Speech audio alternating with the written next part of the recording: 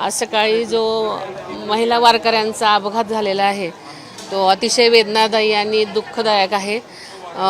या अपघातामध्ये 3 स्त्रियांचा मृत्यू झालेला आहे। त्यांना मी भावपूर्ण श्रद्धांजली वाहते आणि खरोखरच मनाला धक्का देणारी घटना आहे। ह्याच्यामध्ये अजून 7 स्त्रिया जखमी आहेत। जखमींचा उपचार इथे चालू आहे 2 ठिकाणी। 2 जण काही ICU मध्ये आहेत, काही नॉर्मल आहेत।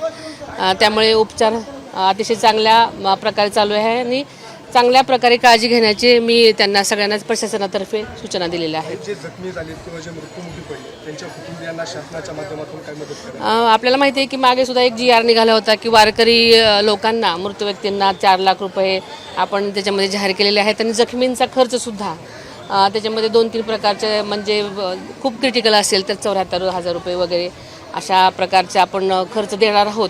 त्यामुळे त्यांनाही आपण मोफत उपचार आणि खर्च त्यांच्यासाठी देणार आहोत आपण शासनातर्फे। हायवे आपण पाहतोय पुणे पंढरपूर दिवे घाटाच्या खालचा भाग अजूनही पूर्ण झालेला नाही। वारी साफडमध्ये यायला उशीर झाला। घाट रोड लवकरात लवकर पूर्ण करावा अशी मागणी सगळ्या लोकांना नाही का तसे आदेश दिले होते आम्ही की लवकरात लवकर पूर्ण करा आणि तसं पूर्णही केलं होतं। पण लोकांचा ओसंडून वाहणारा जो सागर आहे त्याच्यामुळे अनेक अडथळे येत होते। मध्येच चुकून एखादं वाहन शिरल्यामुळे तसं ट्रॅफिक मला वाटतं त्याच्यामुळे वेळ झाला।